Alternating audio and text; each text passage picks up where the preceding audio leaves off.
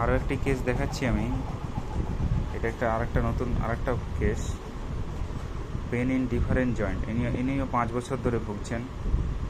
Respiratory distress, মাঝে মধ্যে শ্বাসকষ্ট হয়, vomiting, eating after, burning all over the body, সারা শরীরে একটা জ্বালা ছিল, worse and more heart burn, acidity, cervical গ্ল্যান্ডগুলো বেশ বড় বড় হয়ে ফুলেছিল। উনি ডাক্তার দেখিয়েছেন, উনি বলছেন কোনো থাইরয়েডের প্রবলেম নাকি। আমি দেখে বললাম না, এটা থাইরয়েড নাই, সার্ভাইকাল গ্ল্যান্ডগুলো এনলার্জড হয়ে গেছে ডিউ টু ইনফেকশন। পার্সোনাল হিস্ট্রিতে সেরকম কিছু নেই। বংশে টিবি ছিল, মেন্সেসটা রেগুলার, ফ্লোটা একটু বেশি হয় এবং ডার্ক ক্লটেড অ্যান্ড পেনফুল। জল পিপাসা বেশি, গরম বেশি আমার রোগীর, এবং হাতের তালু পায়ের তালু জ্বালা করত, ঘাম খুব কম, বেশি না। মিষ্টি পছন্দ করতেন, পায়খানাটা খুব শক্ত হতো, ইউরিন ক্যান নট লেট এবং offensive, mental symptom mild, fear of darkness, weeping, depression, memory weak এবং ব্যাড নিউজ অ্যাগ্রাভেশন। খারাপ কোনো খবর শুনলে ওনার শারীরিক সমস্যা হতো।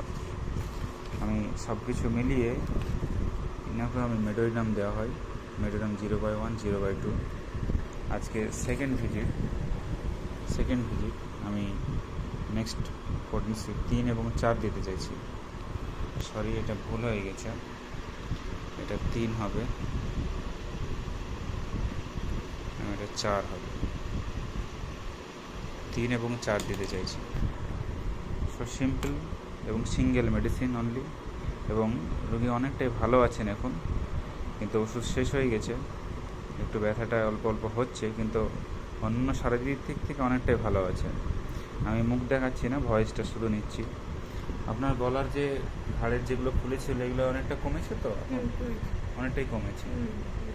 শরীরের জ্বালাটাও কমেছে। ব্যথাটা সমস্যা হচ্ছে, মধ্যখানে খুব ভালো ছিলেন, আবার একটু হচ্ছে, তাই তো?